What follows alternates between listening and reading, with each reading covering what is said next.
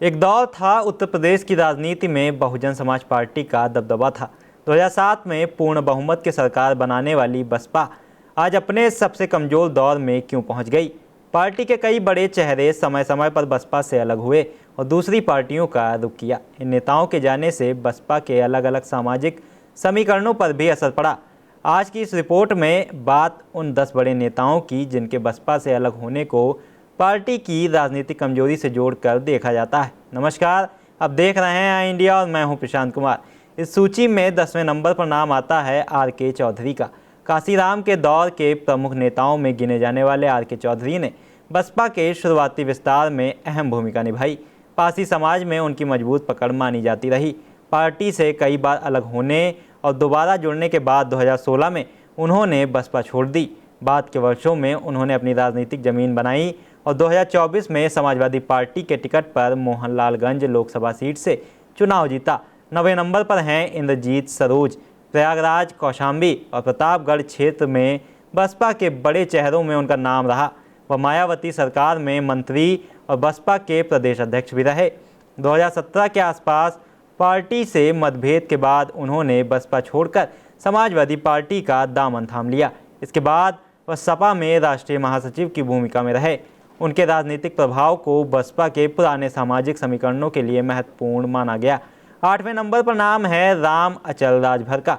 पूर्वांचल में अति पिछड़ा वर्ग खासकर राजभर समाज के बीच उनकी मजबूत राजनीतिक पकड़ रही। लंबे समय तक बसपा के प्रदेश अध्यक्ष रहे राम अचल राजभर को 2021 में पार्टी विरोधी गतिविधियों के आरोपों के बीच बसपा से निष्कासित कर दिया गया। इसके बाद उन्होंने समाजवादी पार्टी का रुख किया।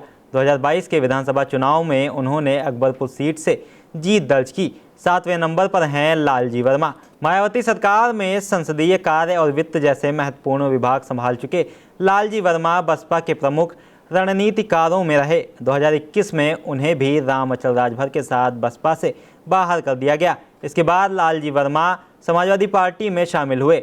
2022 में विधायक और 2024 में अंबेडकर नगर से लोकसभा सांसद चुने गए।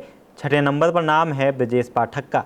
2007 में बसपा की ब्राह्मण दलित सोशल इंजीनियरिंग में ब्रजेश पाठक की अहम भूमिका रही। वह बसपा के राज्यसभा सांसद भी रहे, लेकिन 2016 में उन्होंने बसपा छोड़कर बीजेपी का दामन थाम लिया। इसके बाद बीजेपी में उनका राजनीतिक कद लगातार बढ़ा और वह उत्तर प्रदेश सरकार में उप मुख्यमंत्री बने।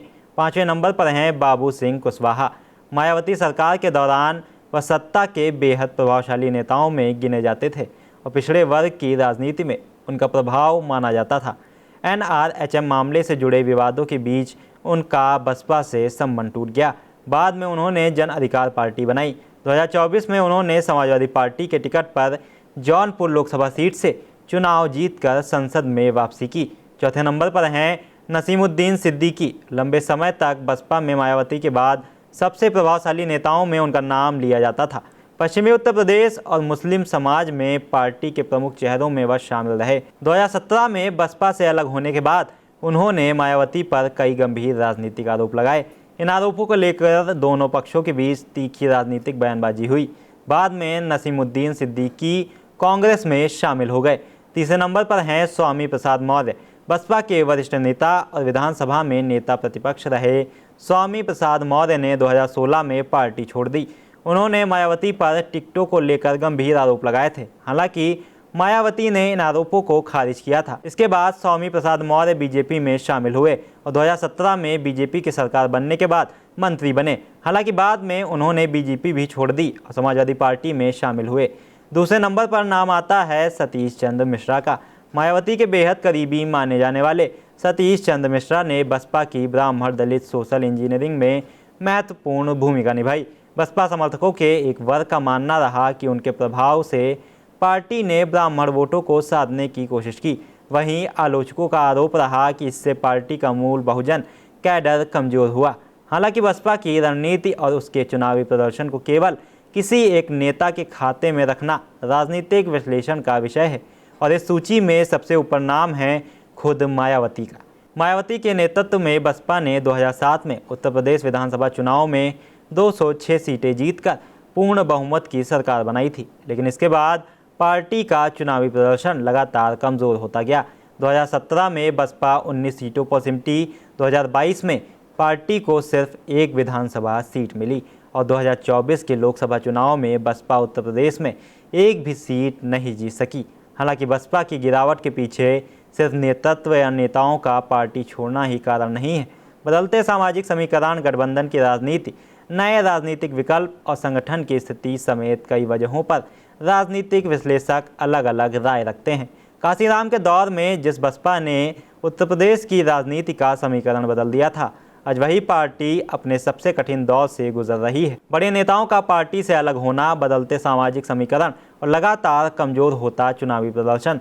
सवाल यही है कि क्या बसपा दोबारा अपना पुराना जनाधार हासिल कर पाएगी या फिर उत्तर प्रदेश की सियासत में हाथी की चाल अब हमेशा के लिए बदल चुकी है। कभी कभी एक छोटी सी विजिट एक बड़ी सी तब्दीली ले आती है, लेकिन हर घर में कुछ छोटी कमियां छुपी होती हैं, जैसे ये सीलन जो पुरानी लकड़ी की खिड़की से आती है, और बाहर का शोर वो तो बातें भी रुकवा देता है।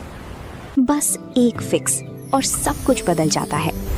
ग्रीन प्लास्ट की प्रीमियम यूपीवीसी विंडोज, ना सीलन ना शोर, सिर्फ सुकून।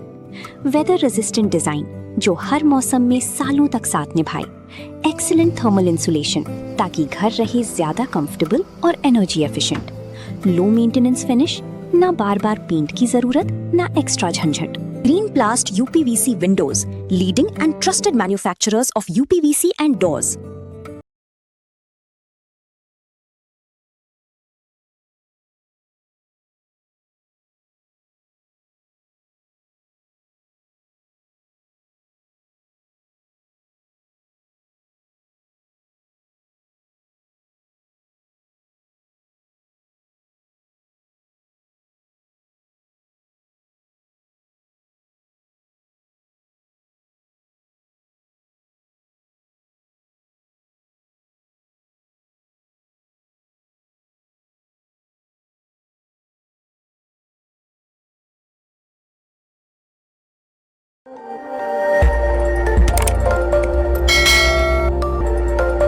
खबर आपकी, नजर हमारी।